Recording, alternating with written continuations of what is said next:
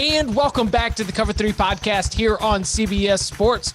That's Barton Simmons. That's Tom Fornelli. We're here. It's 11:55.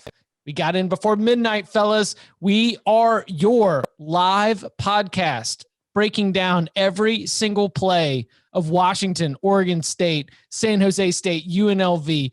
Currently, San Jose State holding a 17-10 lead, 17-7 in Washington, Oregon State. We're holding on hope for our Beavs plus 13.5 as one of the last locks of the day. That will be decided probably after this concludes. But gentlemen, big week 11 in the books. I feel like it was one where, what's up, San Jose State touchdown? I feel like it was one where we've got a limited slate. Like we lost a lot of games. 12 of the 25 teams that are ranked in the AP poll were not in action. Some of them because of scheduled off weeks, some of them because their games were postponed or canceled. But at the same time, we got Wisconsin back in action. We got Notre Dame with a really stellar performance. We got some interesting twists and turns within the Big Ten as we continue to get our hands on these teams and get more data points. I mean, where do you guys want to begin? Where do I want to begin, or where do I think we should begin? For the listeners or for you? Let's start at the bottom of the barrel, just the rock bottom valley of Michigan. University of Michigan.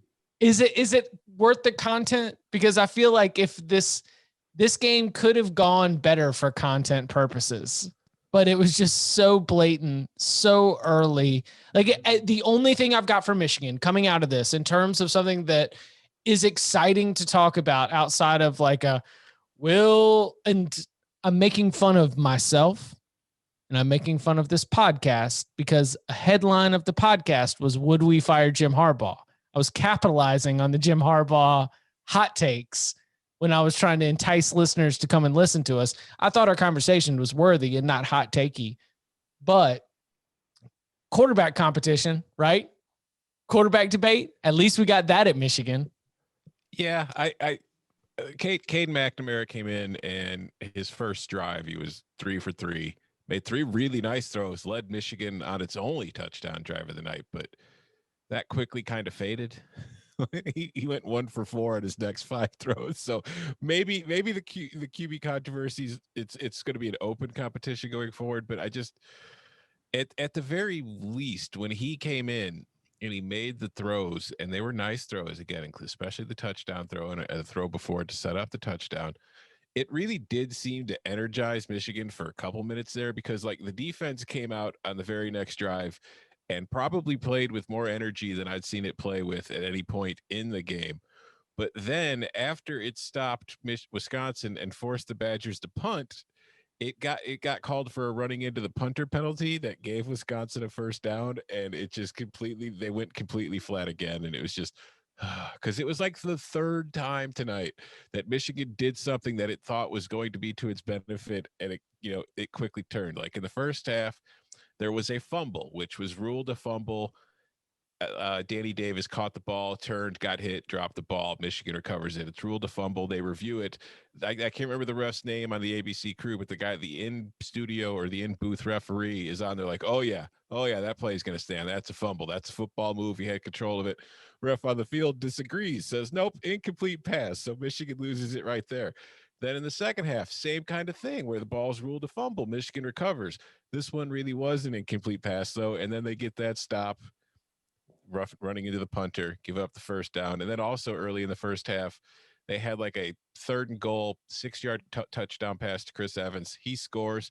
Nope. Upon review, he was down at about the half-yard line. So they go for it on 4th and goal. Joe Milton, the quarterback draw, gets stuffed at the goal line. It was just, Michigan was like last week we were talking about Jim Harbaugh saying, this team's close.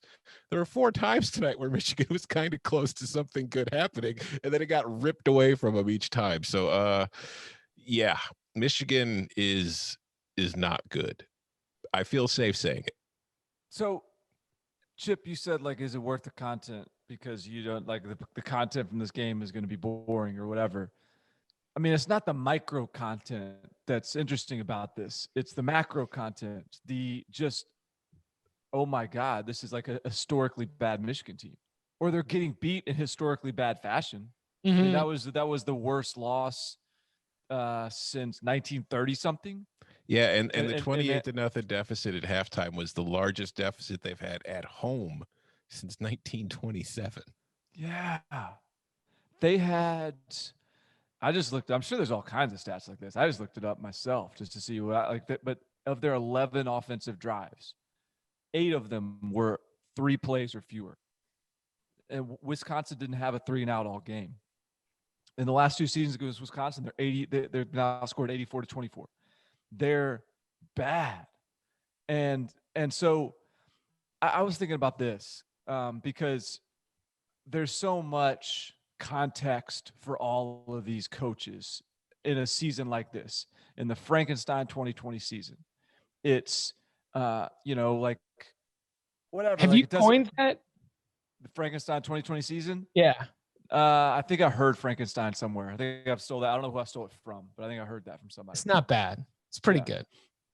So in this season, where nothing really matters, and you don't know who's playing with shorthanded, who had spring practice, who didn't, like it shouldn't count. It should be a mulligan for everybody, right? Like we can almost like universally agree that theoretically none of this should count. And that includes for Jim Harbaugh, that includes for every coach that's failing right now. It shouldn't count. But here's the reality is, like the reverberations from this season, you might want to say none of it's real, but the reverberations are real. Like the consequences are real. The confidence blow that you get when you lose to Wisconsin 49 to 11 is real. The recruiting implications that come out of these sort of losses are real. The lack of development that you get in your offense and cohesiveness and the way your team can grow and find leadership and the lack of the ability of doing that is all real. And so when you're looking at, and that's why I'm thinking about like this from a decision maker standpoint, like an athletic director standpoint, like when they're asked to make these decisions, financially it might not make sense, optically it doesn't make sense because of the current times, but can some of these ads and administrators afford not to make a move? I don't care if South Carolina's 2-8, but it's a good 2-8 because it's an SEC season. Can you afford not to make a move based on how this is going to affect the future of this program? And Michigan is the best example of that, because Michigan is going down a deep, dark hole right now. And this feels like can't get much worse than this, but you know it can, because they got Ohio State eventually this season too. Yeah, I still don't think he's going to get fired though.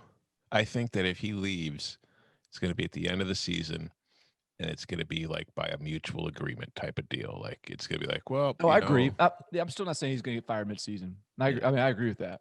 But I do think that, I mean, depending on how much worse this gets, I think that like the chances of it happening, I feel like increase and have increased every single week, because it's just, it's going to be hard for anybody to know how much to like you call it the Frankenstein season. It's going to be hard to know how much to really put on the coaching staff or anything in a season like this one, as far as like the impact of just whatever the hell this season is supposed to be on a team.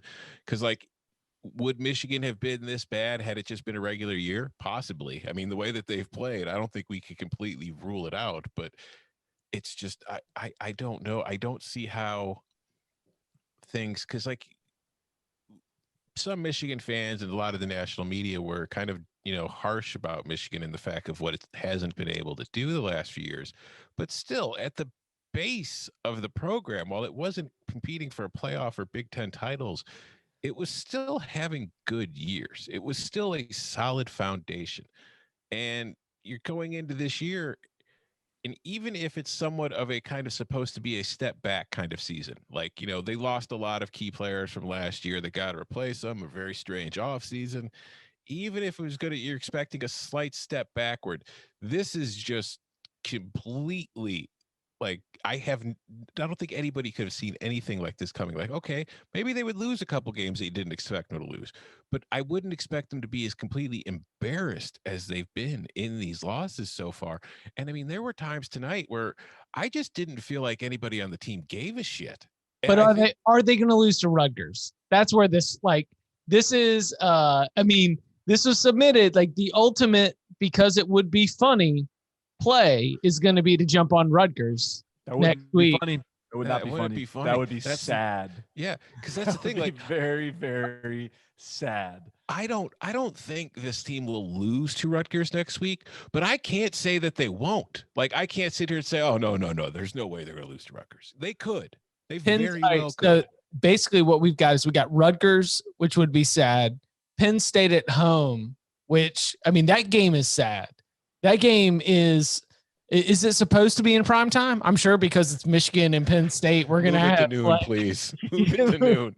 We're going to have some big time national broadcast for Michigan and Penn State, but Rutgers, Penn State, and Maryland, there are 3 winnable games there for the Wolverines. Like, I'm not ready to jump ship yet on the season, at least it being explained. As we were sitting here, I looked it up and I thought, all right, so Rich Rod went 3-9 in year 1. He also had a 5-7 in there. Brady Hoke bottomed out at 5-7. So I was thinking, in this Frankenstein year, is 500 or somewhere around there kind of possible? Yes. Yeah. It's possible. I mean, it's possible that Wisconsin and Indiana are the 2 best, like outside of Ohio State, the 2 best teams that Michigan's going to play all year. The weird thing is, it's like I mentioned, and we could talk about it with Penn State too, because we're going to have to see how that goes. But like when I was watching them tonight, like I said, there was definitely a kind of sense of whatever, it's done. Who cares? We're not even supposed to be here. This is ridiculous. And I wonder if we're going to see, now that Penn State's 0-4, if a lot of players in that team kind of adopt the same kind of feeling towards the rest of the season. I think that is going to be the most interesting aspect for Jim Harbaugh, for James Franklin. I think it's going to be the toughest thing that they've done as head coaches yet, where you're Michigan, you're 1-3, you're Penn State, you're 0-4. You're looking around at the way the thing's working right now. Games are getting canceled. Games are getting postponed. You're stuck having to follow all these rules. Like Michigan's got the mantra, stay positive, test negative. So you've got to follow all these guidelines. At one point, some of these guys, are already there where they're just going to say, F it. Who cares? What does any of this matter at this point? So that doesn't sound like a Michigan man. And it sounds like a human being. Yeah. There was a stat that ESPN tweeted out in the first half. Michigan's defense has 0 sacks and has forced 0 turnovers in the last 5 halves of football. They're the first Big 10 team over the last 15 seasons to not record a sack or takeaway in 5 consecutive halves. Chris Hummer in our 24/7 Slack room made this comment. He said, I would have bet my life savings that Michigan wouldn't be the Big 10 team to do that, which is like, I think that's exactly that's a great point, in that this is a Don Brown defense. The whole point, the whole point of running this defense is to create turnovers and create sacks. Like, this is just a bad team. Mm-hmm. And so, I mean, I'm embarrassed that I bet them.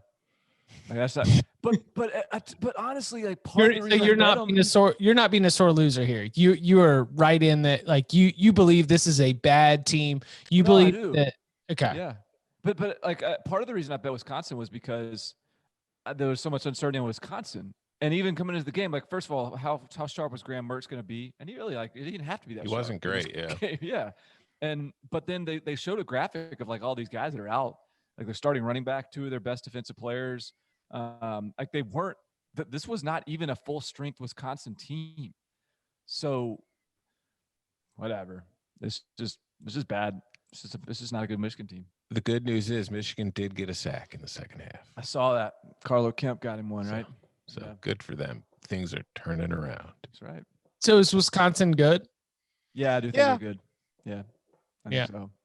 I mean, like Barton was just touching on, Mertz wasn't the same kid we saw against Illinois. Like, you could tell he's a kid that had to, quarantine for 2 weeks and really wasn't able to practice all that much in the last week. And there was a long layoff. But he still looks like a very talented QB, and that is still a very imposing offense. Because I mean, they ran all over Michigan here. Now I looked it up in the last 2 seasons in the games against Michigan in the last 2 years. Wisconsin has rushed for 700 yards and 10 touchdowns in 2 games. It was 361 today or something like that, right? Yeah, and it was 349 last year. Jeez. It's less than ideal. No, It's not great. No.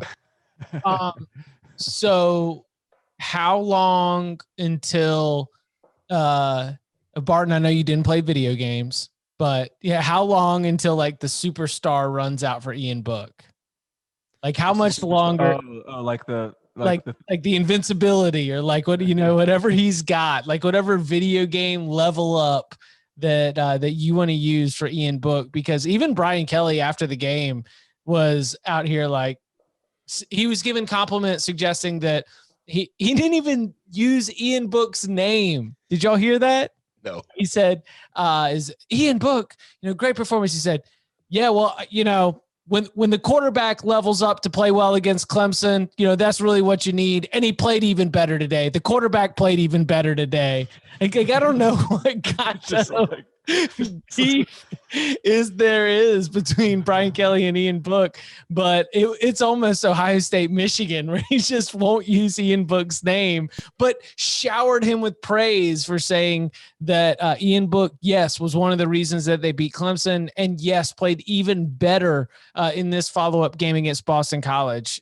Like Kyron Williams was a little bit limited. He was out of the game with an undisclosed injury. I don't know if we have any further details on what the specifics of that were. They went with Sibo of Fleischer a lot in the second half. Flemster in the second half, but Ian Book was the team's best rusher.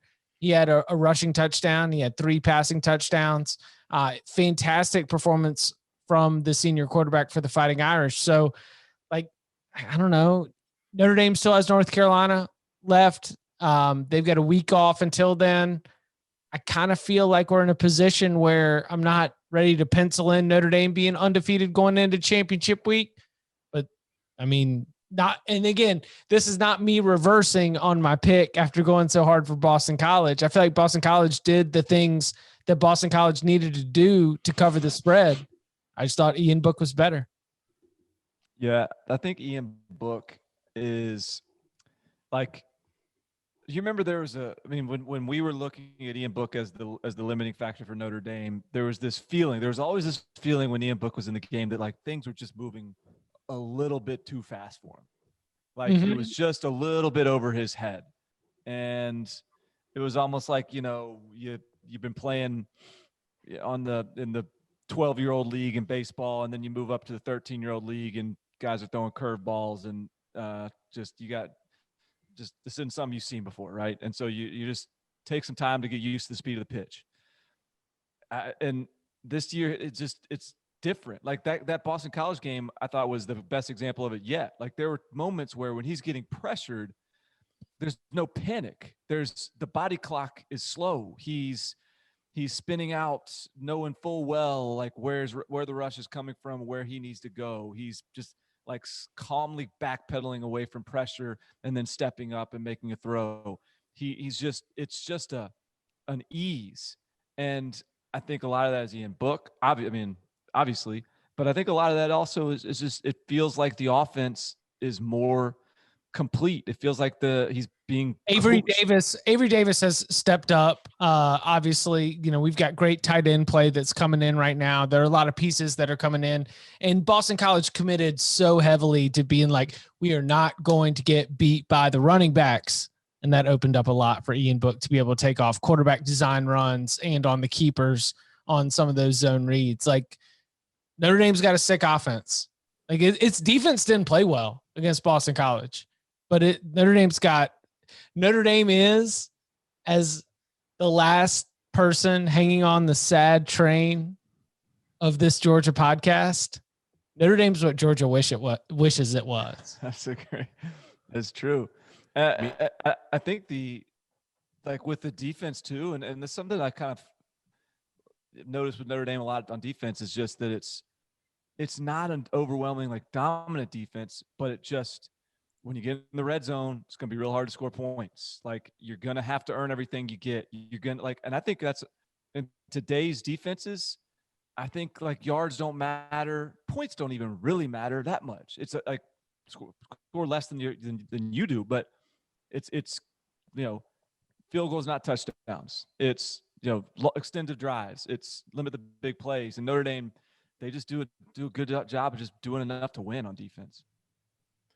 And I think that point about Notre Dame being Georgia is a very astute one, because like the biggest question we had about Notre Dame coming into the year was like, we knew it was talented. We knew they had it all. We were just like, well, the limitation's going to be the quarterback.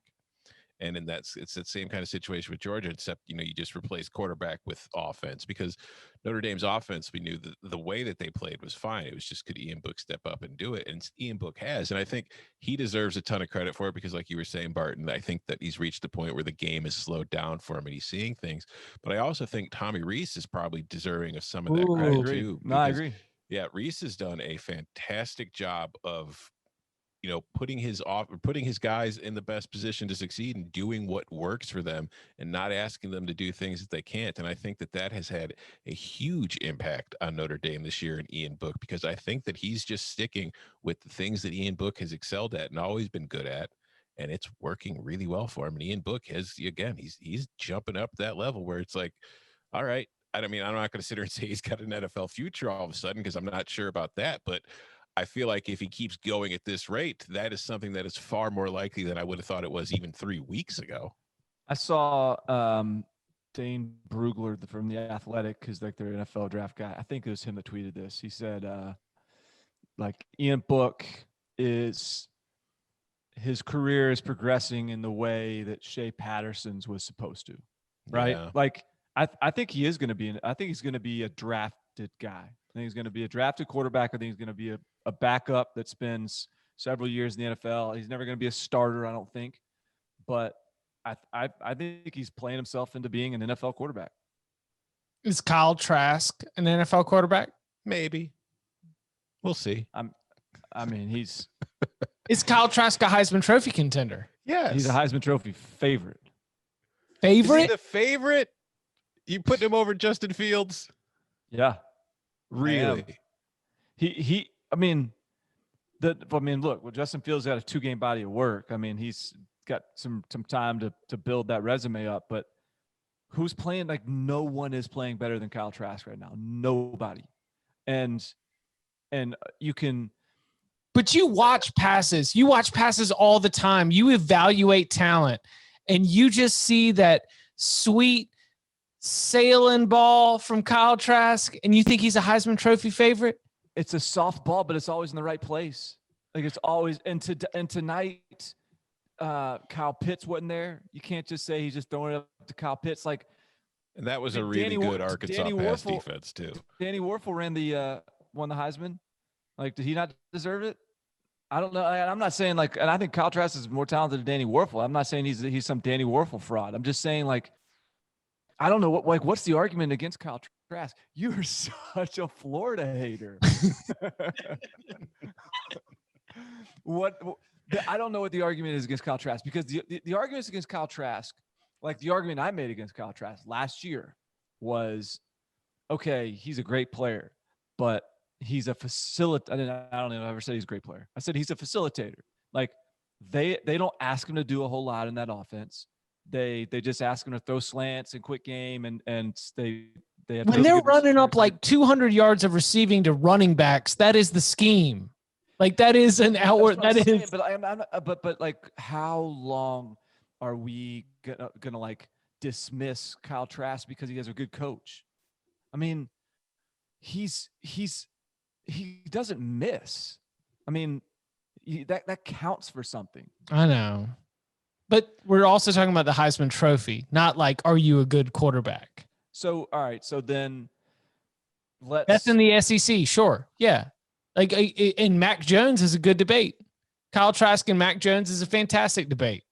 And both of those guys are, I mean, Mac Jones is putting himself in a position to be a Heisman finalist and potential favorite too. I mean, I think they're both going to be finalists. I think that Trask at a minimum is a finalist. And I do think there's a very good case to make for him winning it because, like I mentioned, Justin Fields is the favorite, but has Justin Fields outplayed Kyle Trask, or is Justin Fields just ahead of Kyle Trask because he was expected to be ahead of Kyle Trask? But I think if Fields keeps playing the way he's been playing and Ohio State keeps winning, then it's going to be really difficult for anybody to, surpass him at this point. But I do think that Trask is having a magnificent season. What do you want Trask? What do you guys want Trask to do? Like nothing. Throw for 700 yards in a game or something? No, I think he's. I'm not. Like Chip's dogging his arm strength. I'm not. The combine isn't how you win the Heisman. I'd like to see that thick neck boy run. I'd like to see him be a rushing threat. I don't like when it comes to evaluating his NFL future. Okay, then I'll talk about his arm strength and some of the soft tosses that he's making. But as far as just winning the Heisman, I don't care about any of that as far as his Heisman credentials are concerned. So no. He's got really pretty paper airplanes that land in the hands of receivers that are fantastically talented. That's a great description of it. He does throw a beautiful paper airplane. Those things are catchable. They are catchable. Johnson over here. Hey. I don't know, man. Like we're on this awful collision course where it just feels like Alabama and Florida, we're just waiting for them to play. And it just, you're looking at everything else and you understand they exist on a different level than the rest of the conference. And we can jump on these big old spreads on the underdog and hope that we get a backdoor cover or a defensive touchdown along the way. But I don't know, man, we're counting down till December 19th, I think, in the SEC. Yeah, and I do feel like that game will probably serve as like a de facto kind of elimination game for both of their Heisman candidacies. Yes. The loser of that game, no, you're not going to win. Oh, and while we're on the subject, because it was announced to say that like the Heisman will be announced, I think on January 5th was the date. And I saw people like saying, well, then because the voting ends in like December. And I saw some people asking, well, why can't the voting go until January? And it's like, no, it should end in December after the championship games, because if you extend it to the playoff, the only thing that will matter in the Heisman race at the end is who played best in the semifinal that day before. So let's keep the recency bias out of it and let it stick to the actual season. Yeah, they announced the finalists on the 24th. Mm-hmm. So I think the final day for voting is the 21st, but I might be off on that. I mean, I hope you know. I haven't gotten the email. I'll get the email. Then I'll know. Are you a Heisman voter?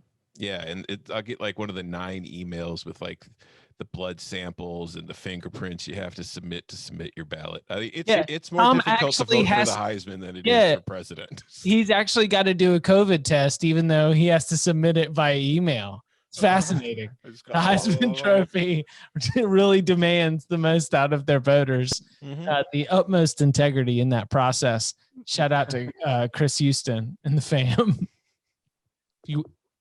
If anything's up for grabs, Barton and I are here, Chris. We're here. I'm a Biletnikoff voter, and I thought I was pretty sweet. Get to vote for the Biletnikoff, and then I realized like every member, like I think my dad just like got a Biletnikoff vote somewhere along the way. I think like my wife just got like an invitation in the mail. I am appreciative of getting the program from the event in Tallahassee that I don't go to every year just to see who the keynote speakers were.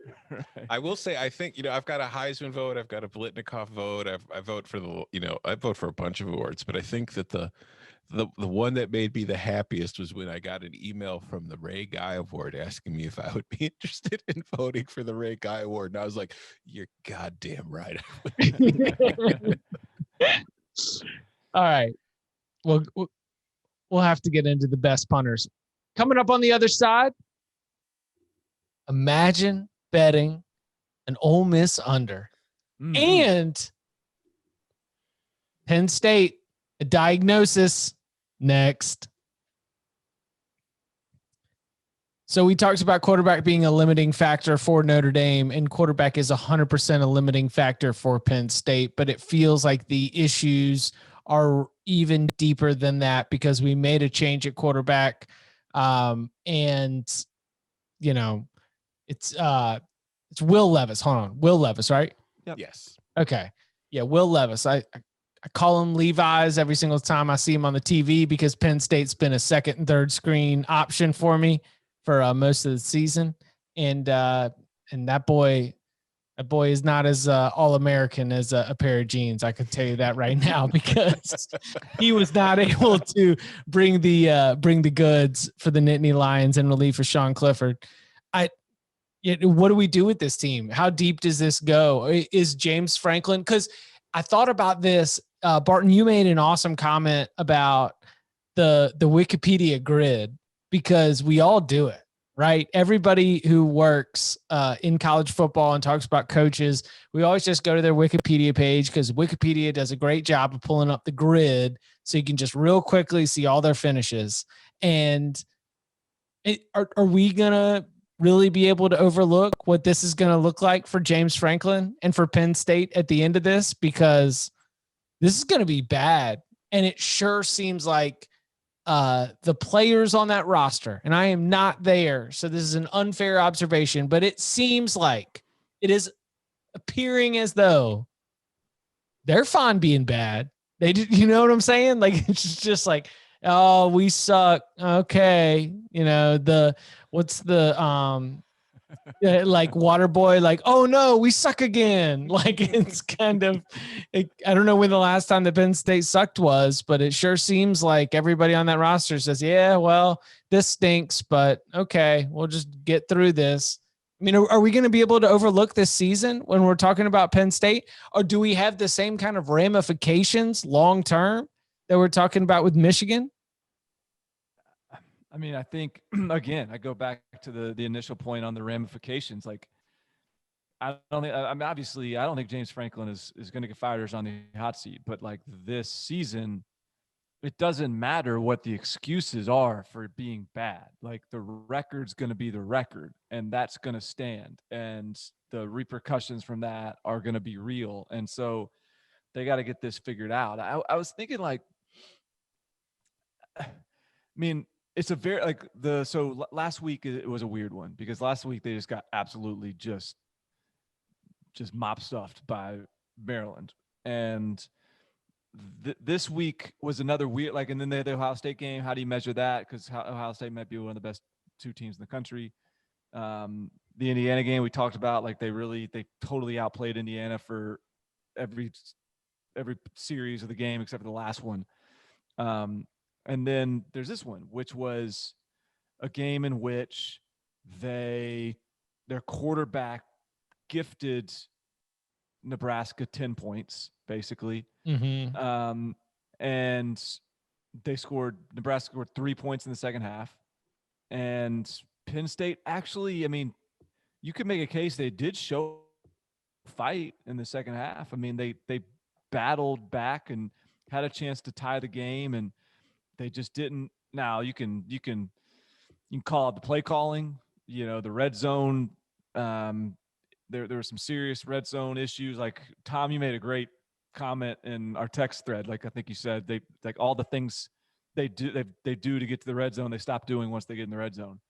And I agreed with that. And, like, so those issues were there. One thing I was thinking about is the quarterback position is the problem there, right? And so I wonder if, like, James Franklin's career as a head coach has been like Jordan Rodgers at Vanderbilt, Austin Carter-Samuels at Vanderbilt. They inherited Christian Hackenberg, who was a freakazoid talent, but wasn't really that good of a player. Then they replaced him with Trace McSorley, limited but incredible leader, and Moxie, McSorley. Right? Yep. Moxie McSorley. So you got Moxie Carter-Samuels, and you got Moxie Rodgers, and then you got Moxie McSorley, and now you got Moxie Clifford.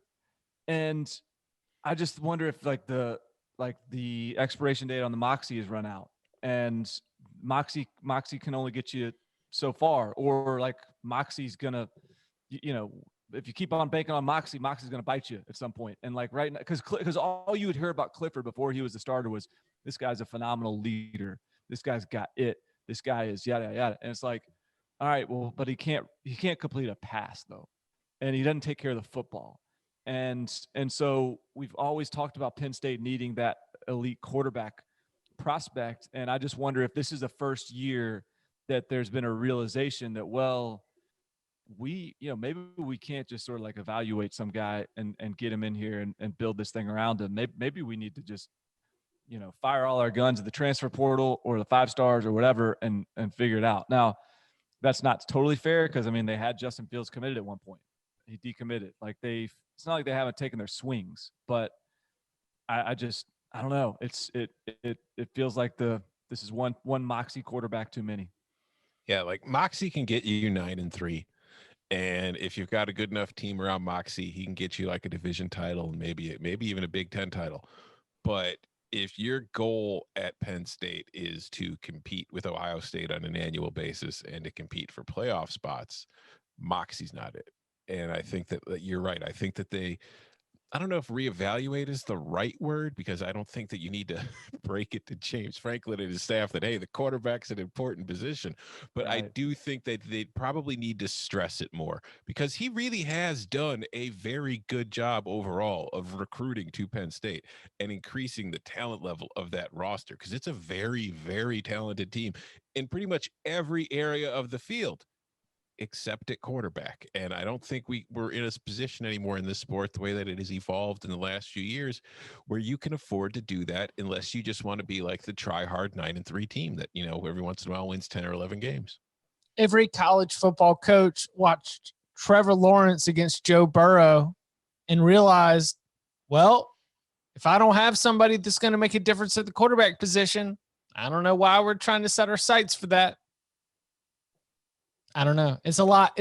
It's a lot for Penn State fans to digest. And I feel like right now the Pulse and Penn State fans, mailbag is always open. Let us hear it. 5-star rating. Leave your review of the show and then give us your questions or your thoughts on the season. Might get included in a future mailbag episode, but we've got a lot of Penn State coworkers, and I kind of feel like they're just in the helpless point right now. Again, whatever sad voices in our ears during HQ hits. Yeah. Yeah. I mean, it is a weird. It's like this is a very. I think of all the disappointing seasons, this Penn State one is the weirdest. Like if I was a fan of it, I would have the most conflicted emotions on like trying to understand how I'm supposed to feel about this, because there's been basically one game that just looked horrible. Yeah. They haven't figured out how to win the other ones. The program has generally looked like it's in a really healthy place prior to this season, but this season they're 0-4, 0-4. So I don't know. I don't know how deep in the pits they need to be or not. But like I said before, 0-4 is still 0-4, and it's still going to have 0-4 type repercussions. So it is a preseason top 10 team that is 0-4. Yeah. Like New Year's 6 bowl winning top 10 team. Best Ohio State contender, 0-4. All right. So what about Indiana? Is Indiana good? Oh, don't ask me like that. Because here's the thing. Like, I do not want to rain on the parade of the Indiana fans who have never really had a good football team. Having a team that is, off to a 4-0 start is going to be ranked in the top 10. I feel a shutout. I mean, a shutout on the road in Big Ten play against Michigan State. But yes, and I think that Ohio State will do a very good job next week of letting us know how good Indiana really is. But because listen, all right, Michigan State, and let's look at the team Indiana's have beaten though. They've beaten Penn State, who's 0-4. They've beaten Michigan, who is 1-3. They've beaten Michigan State, who is 1-3. And who's their other win against? I can't remember now. Anyways, Rutgers, who's 1-3. So the combined record of the teams that Indiana has beaten is 3-13. So Yeah, but 3-9 against teams not in Indiana, not named Indiana.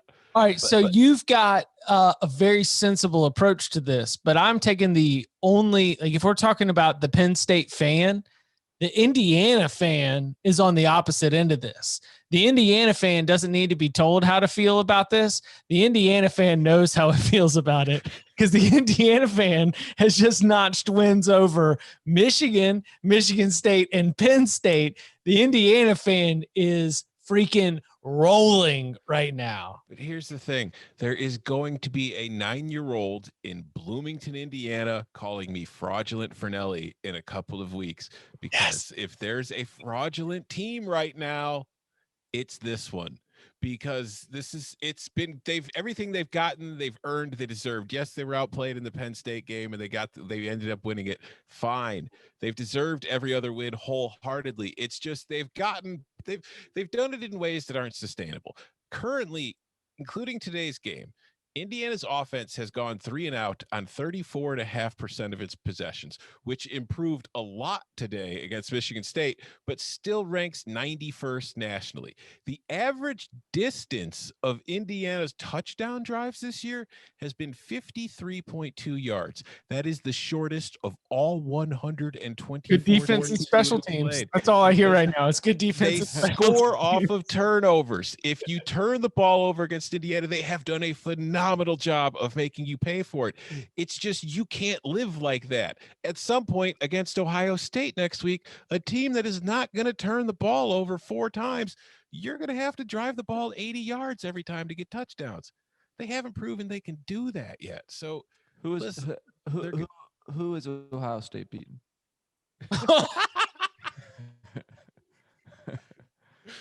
Wait, say that again for the people in the back. Who has Ohio State beaten? Nobody. You're right. They're the same. Ohio State and Indiana. Fraudulent. Let's make it a pick 'em right now. Barton, do you want Indiana or Ohio State? Just saying. But I'm just saying though, like when you look at stats like that, I'm not saying you need to feel bad about it. I'm not saying you don't deserve to be 4-0. I'm saying that the way you've gotten to 4-0 is not sustainable. You need to figure out how to do it on offense. You need to figure out how to move the ball 80, 75 yards to score against good teams if you want to keep doing this. Now, granted, the Big Ten's a mess, so you might not have to be that much better than you've been to finish 9 or 7-1 this year, but it's just the metrics do not tell the same story as the undefeated record or that number 10 next to its name. And I'll just leave it at that. Well, Indiana against Michigan State. I just want to say these numbers out loud. Michigan State had 131 passing yards and 60 rushing yards. That equates to 191 total yards. That's a really low number. 3.7 yards per play. Fewer yards per play than they were allowed against Iowa. Half as many yards per play as they're allowed against Michigan. Fewer than they were allowed against Rutgers. I mean, we're in this place where, like, here. Okay, so remove Ohio State from the equation then. All right, let's just talk about the rest of the Big Ten. Are they the 3rd best team in the Big Ten? No. I think both Wisconsin and Northwestern are better than they are. Okay. All right. Fine. But, like, what's the difference between Northwestern and Indiana? Northwestern's offense has been able to move down the field and put together drives and score touchdowns without getting short fields and turnovers. Well, did they do that against Nebraska? They did that against Maryland. I'll grant you that. Did they do that against Nebraska? They didn't exactly like go off on Purdue today. No, but the average distance of their touchdown drive has been 63.4 yards, or a full 10 yards more per touchdown drive than Indiana's. But that's not Indiana's fault that they're getting short fields. It's what not. Do you want to do? Back the ball up? No, it's not. I'm just saying Northwestern has played a more sustainable style. Okay. All right. Are you playing half-court basketball? Got to take it out of the 3-point line? Yes. Yes. All right. So now we're speaking in language Indiana fans can understand. Bada. What about Chip's the Florida hater. Tom's the Indiana I'm not hater. an Indiana hater. I'm just a realist. They're going to lose by 35 next week, man. all right, so did Northwestern do anything to validate their spot as a top 25 team at Purdue? They won on the road against a 2-0 team. I mean, they're fine. Like Northwestern's fine. Yeah, they're perfectly adequate football team. I can't feel confident putting Northwestern ahead of Indiana the way that game went because Purdue could have won that game. Purdue could have, yes. But So, I never really felt like Northwestern was in danger. That's true. And I had Northwestern -3 in the locks, and I never really felt like my cover was even in danger. What about? Yeah, but they only had two. Like Northwestern averaged 3.8 yards per play. Mm-hmm. Like they only had 292 yards of offense in the game. Mm-hmm. Like they're not exactly confidence inspiring. No, I mean, but they're good. They know who they are. They're fine. They figure it out. They're whatever. But I mean, Northwestern's they're not LSU. No, but I mean, like they also held Purdue to 0.1 yards per carry. Yeah. They will do that. Northwestern will do that. They will hold you to 0.1 yards per carry. Mm-hmm. Is USC the worst undefeated team in the country? I thought I can't remember who had this tweet. Someone had a great, anyways, I can't remember who had it, but USC might win the Pac-12 and their fan base is going to be furious. Like there's no bit more disappointed 2-0 fan base in the country right now. Somebody was asking me if Lynn Swann was going to be a guest picker on game day because he's an Augusta National member. And I couldn't remember whether he was ousted from because he resigned officially, but I couldn't remember whether he resigned amid the Aunt Becky scandal or whether it was just like the fact that when Clay Helton was on the hot seat, he was signing autographs across the country, not paying attention to the football program. But I just either way figured that Augusta National membership was not going to get enough to get Lynn Swann on ESPN talking about the Trojans.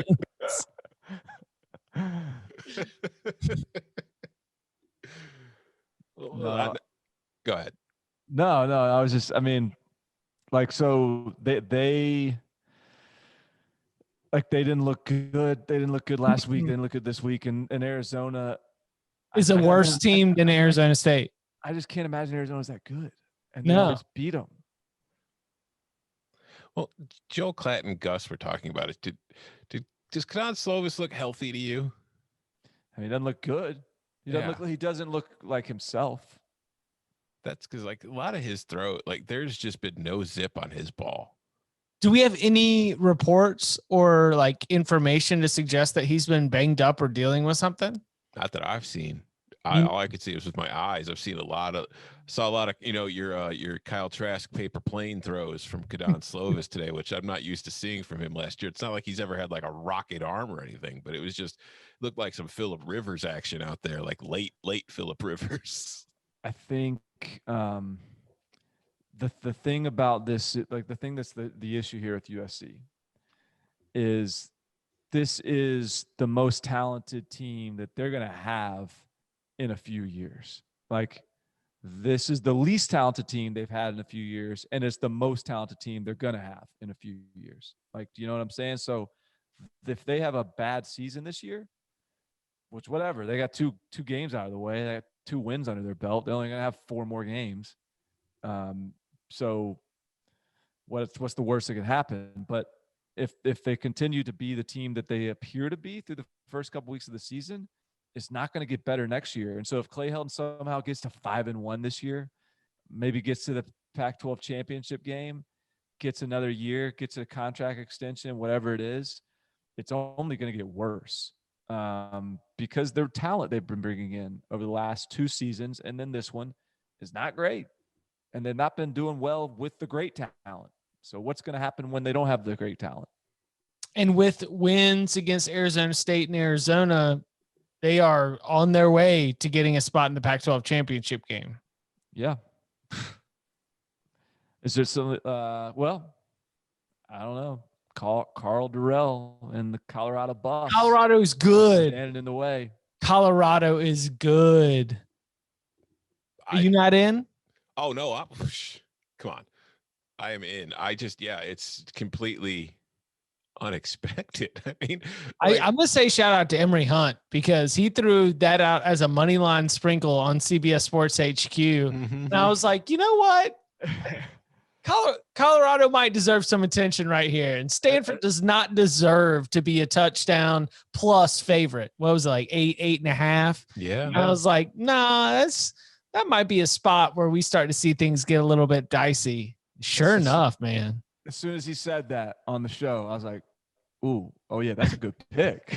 yeah, okay. I see you. And Tom said it on CBS Sports HQ. He said, yeah, Emery, I like that. I might be sprinkling some of my own on that. That thought never even crossed my mind. And as soon as he said it, I was like, huh.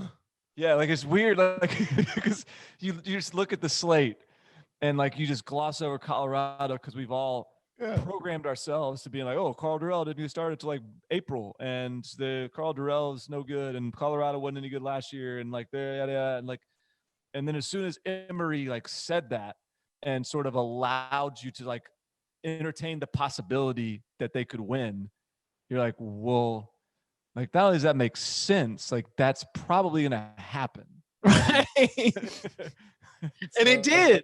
Yeah, Stanford's kind of garbage. He might have a point. Yeah, and again, it is not a just Stanford is garbage take. It is Colorado's playing some good football. They don't seem to be overwhelming me like when I look at the depth chart or when I see them out there, but I mean, they played all right, man.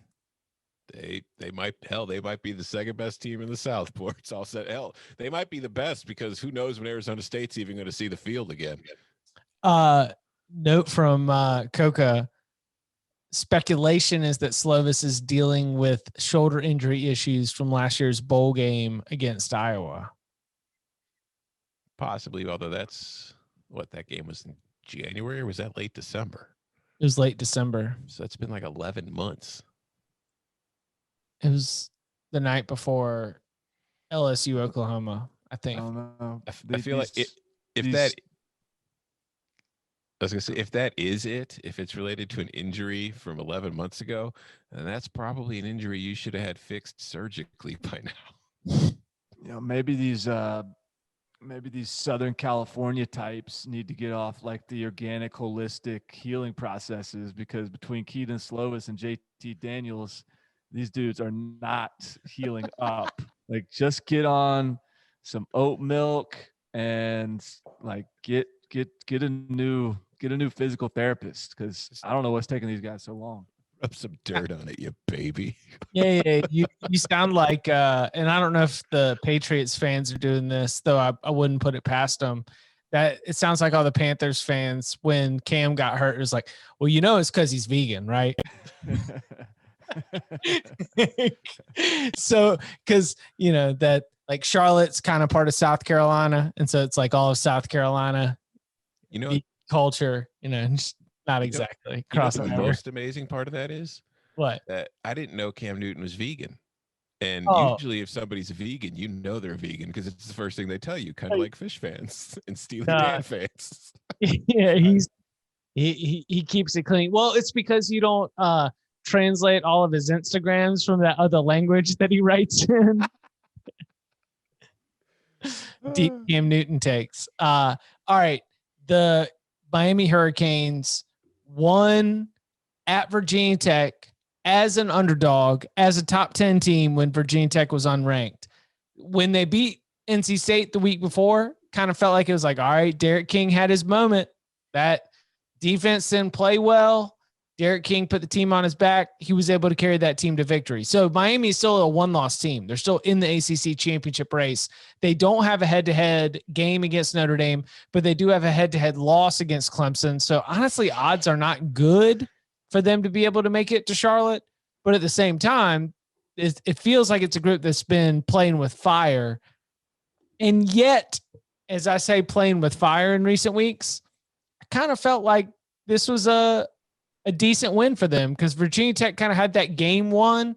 And I thought that its defense was able to stand up after getting a little bit exposed early. But I don't know. Like Miami carries a top 10 ranking. I don't consider them a top 10 team, at least in terms of, man, I'd love to see this team compete for a national championship. But I also don't have a great argument for them being, decisively on a different tier than some of those other teams, like in Oklahoma State, for example. Like I think Miami's better than Oklahoma State. I'll throw that one out there. But and I thought that today's win was a big part of that. So what do we think of the Canes? No, I don't think it was a pretty win. I think it was kind of an ugly win. But I also think that was the kind of game or kind of win that Miami just doesn't usually get. Like that was the kind of game where Miami would usually lose, and it would begin the snowball effect of, okay, that's the first of the, here comes the 3-game losing streak that we completely throw the Canes out for the rest of the season. So I thought it was, like I said, it was an ugly win, but I think it was a big win. I still think though, like you said, it's very much a long shot that they can get to the ACC title game because they either need Clemson to lose again or Notre Dame to lose twice.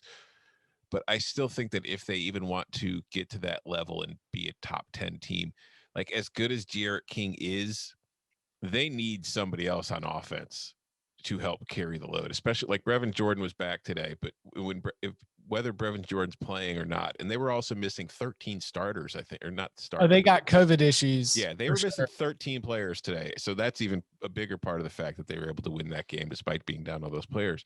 But I just think that whether it's Cameron Harris or somebody in the receiving core, somebody needs to step up so Derek King doesn't have to do it all, because we've seen what happens when you run into a defense like Clemson or one of those top teams that can actually take him out of the equation. Miami has no counterpunch, so they need to find a counterpunch.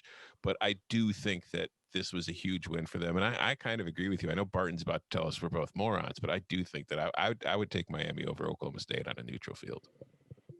And that's like it's a reasonable take. I don't think you're a moron for it. I disagree. I would still trust Oklahoma State a little more, I think. But we all know like where my allegiance lies there.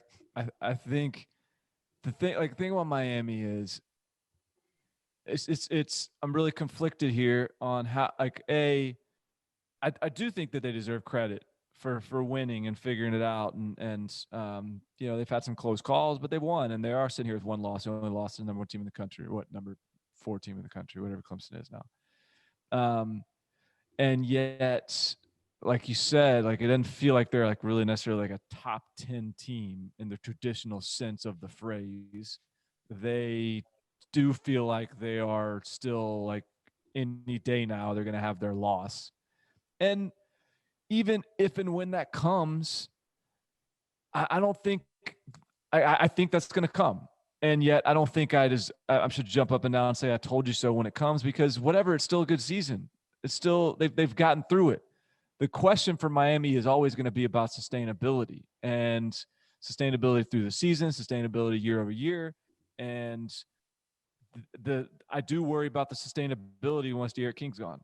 And so not to sidestep this season, because again, they're welcome to sort of wade in the bask in sort of this success they're having right now. But I think it's a little bit fleeting, and I think they need to make sure they got a game plan for after this, because I don't think they're going to win an ACC championship. I don't think they're going to be in the college football playoffs, and I do think Derek King is gone next year, and so is Jalen Phillips, by the way, probably, who is playing like.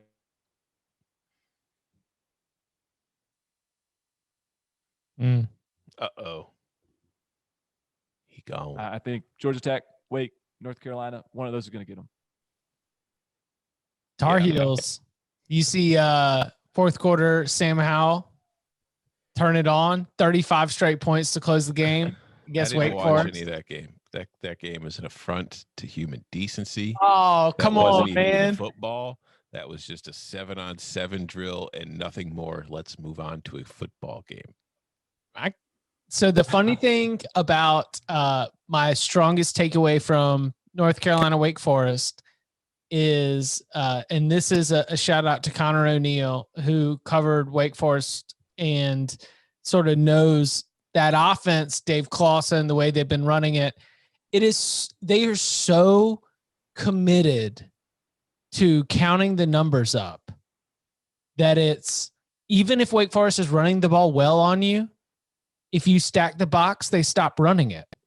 And right now they're limited with playmakers at the wide receiver position. Donovan Green is great. He's like their number one wide receiver threat.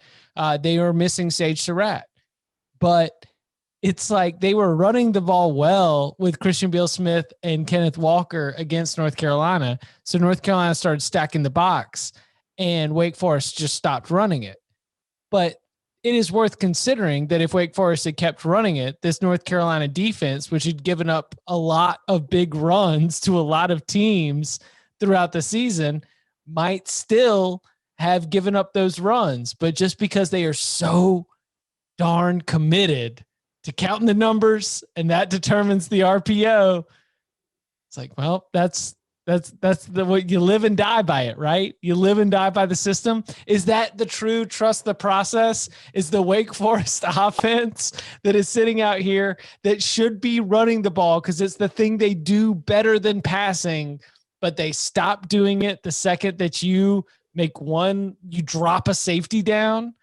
I don't know. It was a funny turn of events as North Carolina ran off 35 straight points, because it did feel like North Carolina was going to continue to score even as Wake Forest went up by 14, but it was Wake's inability to continue to score that probably was the most stark in that game.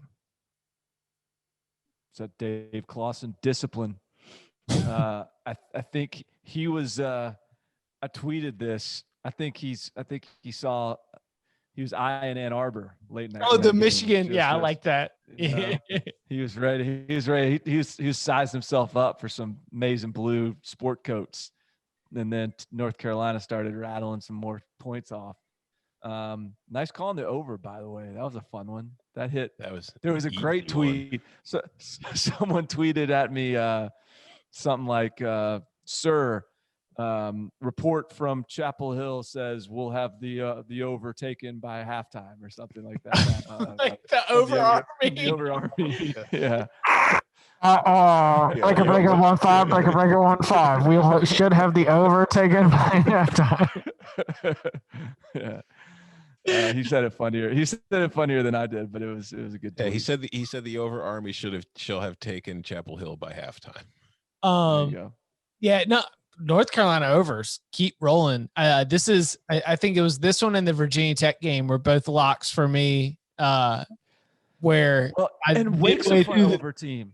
Midway through the third quarter, I was just dancing the jig all the way down to Cover Town. But do you guys remember when Wake, like the old meme of Frank Beamer with his hands up at the end of regulation 0-0? Yes. Like Wake, early in the Clawson tenure, Wake could not score at all. It was Mike Elko's defense was the only thing that was getting them by, and they couldn't get any points on the board. And now all of a sudden, like Wake's a fun watch now. Yeah, they get after you. Yeah, they play with tempo. They got and Sam Hartman is doing the Jamie Newman. I'm going to keep it at the mesh point for about 2.5 seconds to freeze the linebackers and see how this goes and see if I can hit the slot receiver. Like he's right there in that school of anxiety. It's like he's taking the running back's pulse. He's holding it there for so long. Did you guys watch Get Eyes on Ole Miss, South Carolina? Yeah, we got to talk about this game before we get out of here. I guess we've been talking for a while too. Was it a good game? It was fun. I mean, it was fun. It was awesome. It was ridiculous. It was what's the South Carolina running back's name? Kevin Harris. Kevin. Yep. He rushed for over 200 yards, and just could get anything he wanted on that Ole Miss defense. But at the same time, like the Ole Miss offense was just on fire. And Lane Kiffin had a 4th and 10 in the inside the red zone that he went for it late in the game, and they scored. He had the chart flipping up is iconic. Threw the play card up in the air like 45 feet as like in the middle of a play as Elijah Moore had like a 70-yard touchdown reception. You went back and saw that clip, right? Yeah. I mean, we realized that is, it looks like a trash bag or debris that is floated onto the field. And it is not debris. It is the head coach of an SEC football team throwing his play card in the air in celebration, which is the sequel to the Amari Cooper call the touchdown way before it happens when he's the offensive coordinator at Alabama. Like, this dude is OOC. He's out of control. I mean, he is on an iconic level of memeability in the SEC football world. Here's the theory. Prove it wrong. Their defense sucks because Lane wants them to suck, because he just wants to get the offense back out there as quickly as possible. He's on offensive coordinator mode in NCAA 14. Yes. Where he just wants to get as many just simulating through until he can get to call plays again. That's exactly right. But it's all good for the brand. It's all, yes. It's like even the play card, throwing a thing up there, like the first thing, he must not have been out of the press conference. He might have been in the press conference, and he was retweeting the videos of the play sheet going up in the air with like comments like "come to the sip" or whatever, like "nice hang time" at his punter. It's all part of it, man. This is the way he's living. All right. What else from the weekend? Did you guys watch Oregon at all? Not much, honestly. I thought I was going to get a money line sprinkle hit for a while there. They were kind of hanging around there for the first three quarters before turning it on in the fourth quarter. So I don't know.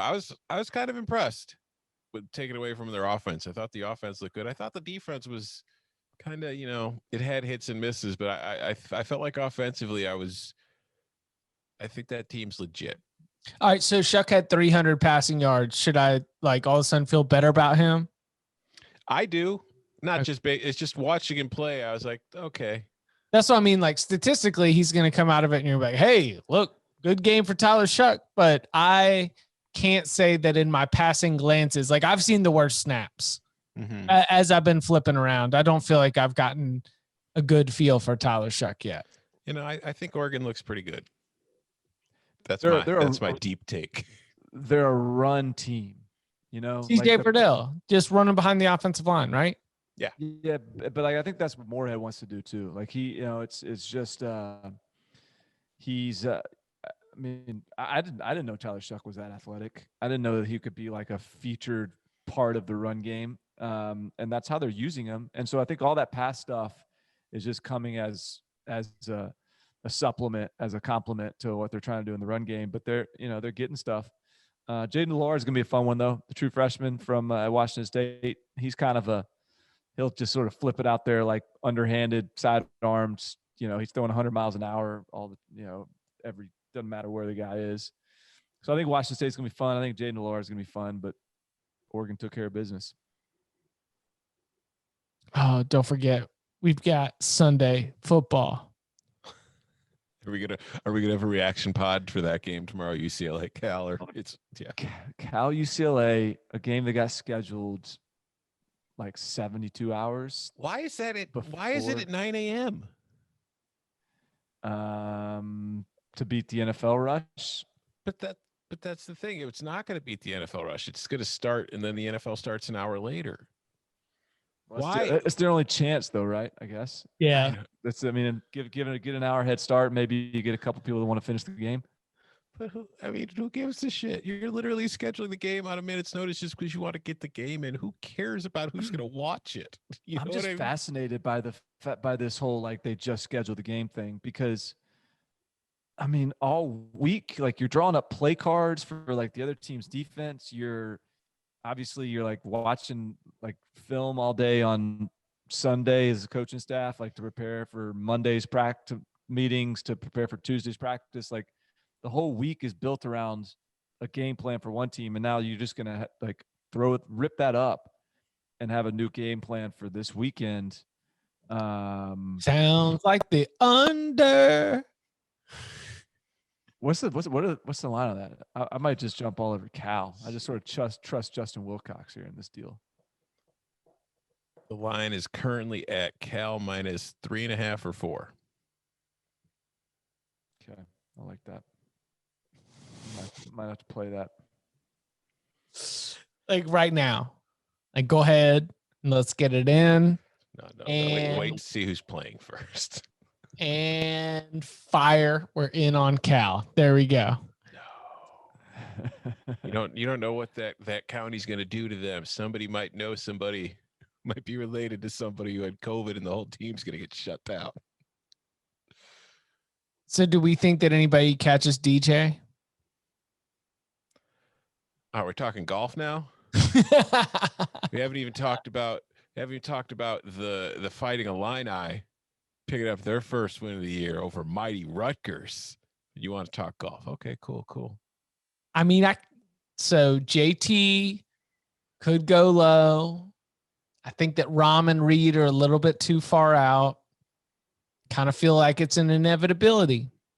Like we're just going to be crowning a champion. Second major for DJ. Good for him. All that matters to me at this point, because I think DJ is going to win. So I've given up on all my win futures there. But all that matters to me is that Sebastian Munoz, Corey Connors, Xander Schauffele, Webb Simpson, and I'm giving up on Brandt Snedeker. But those other 4 just finish in the top 20, boys. Is give me some cash. Is DJ the one that's married to Gretzky? Yes. Yeah. And that's how Barton knows golf.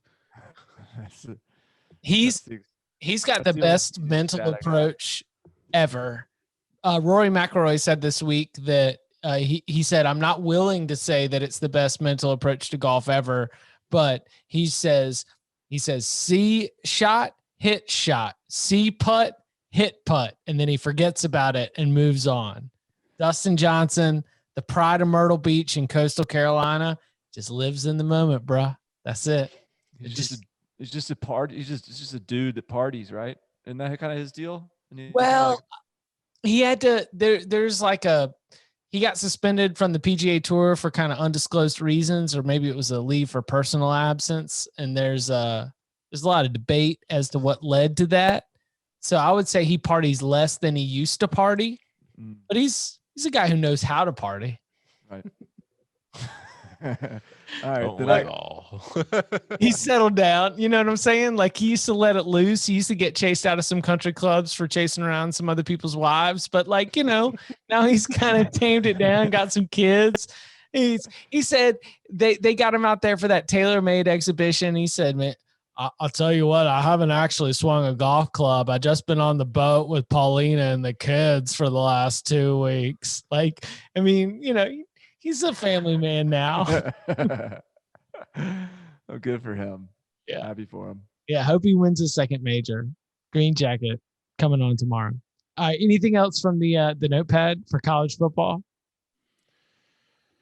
Shout out to Tulsa for coming back from down 21 to SMU to get the win, kind of getting revenge because SMU came down from 21 against them last year to beat them. So now Tulsa is 4-1, and they're probably going to be ranked when the new polls come out tomorrow. Tulsa's getting all the mojo that it was given up last year. Yeah, all the bounces are going. Got that fraudulent win against ECU. That's what I'm saying. All the bounces are going this way this year. Yeah. Last year it got the brakes weren't. This year the mojo's circling back around. Good for them. Mm-hmm. Good for them. Ripping it out from our Pirates, our beloved Pirates. Our Pirates.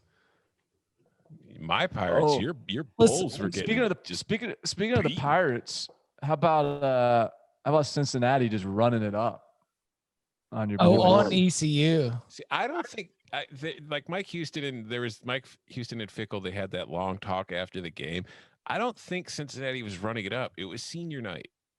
Like Cincinnati ran that fake punt, and Justin Williams, who covers Cincinnati for The Athletic, tweeted, gave some context for it. The person who ran the punt has been practicing that punt with the team for the last 3 years. He's a senior. It was his last game. They finally had a chance to let him do it in the game, so they did it. So I understand if you're ECU and you're Mike Houston, why you're pissed off about it, but I don't think that was like it was getting portrayed on the broadcast like, oh, this is revenge for you know what I'm saying, like last year. No, I think it was just senior night and they wanted to get some dudes some plays. No, I mean, Mike, like, you can miss me with the like stop running it up on my team stuff. Like, I can't stand it when coaches get mad about that. Just get a stop. Mike Houston in 2016 beat Morehead State 80-7. He beat Rhode Island 84-7. He beat Elon 63-14. He beat Sam Houston State 65-7. Just get a stop, bro. But were those all senior nights? Who cares? I don't care. And by the way, I also, on that punt fake, they had like 7 guys rushing on the right side. Mm-hmm. So that's why they ran it. Yeah, they had the look. Because there was no one on the other side. So okay, we're not going to run this fake. We're just going to let you block our kick. How about that? Because we're good sports. Get out of here.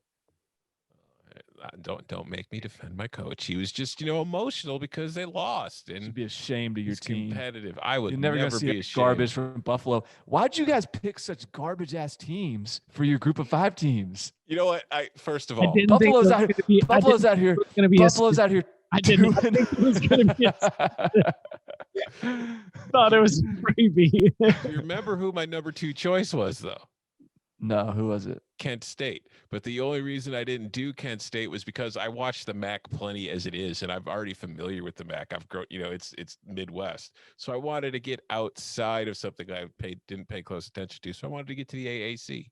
Getting familiar with some ass beatings now. I said that App State would be too easy, and App State almost lost to Georgia State today. That was a little bit of a narrow win for the Mountain. Robbie Callan, close call there. Close call there. So I don't know if I had any good endings for whoever I was going to pick for my group of 5 team. Well, my team is 2-0 straight up, 2-0 against the spread. I would just say 1-0 against Fernelli. Maybe ECU would do better if they sent me some free gear. That's, maybe they need some karma. Yeah. I was listening to the pregame show on Friday night before the Cincinnati game, and it's really funny when you've got like the broadcasters that have covered the team for decades and the former players that are on there. And it's like, we've seen a lot of signs that things are going well under Mike Houston. Recently, it's not looking good. It's a real bugaboo right now just to see the way that we just can't get a stop. It's kind of crazy how hard coaching can be. Yeah. Because Mike Houston is clearly a person that has had tremendous success over the course of his coaching career. But this isn't. ECU's bad. Right now. Yeah. Yeah. Stinks. Follow ECU superfan Tom Fernelli at Tom Fernelli. Follow the Buffalo Bulls superfan at Barton Simmons. Follow Still Hanging On, like I have so many times in Tampa before, just barely hanging on, at Chip_Patterson, UCF superfan right here. The mailbag is open. We'll be dipping into the mailbag on Wednesday. Monday, we will be back at it. We'll be running a full recap of all the big headlines from the weekend, as well as starting to do the early week 12 line look ahead, our MAC locks, all that's going to be coming on Monday. So make sure you subscribe to the Cover 3 podcast. Gentlemen, thank you very much. Thank you.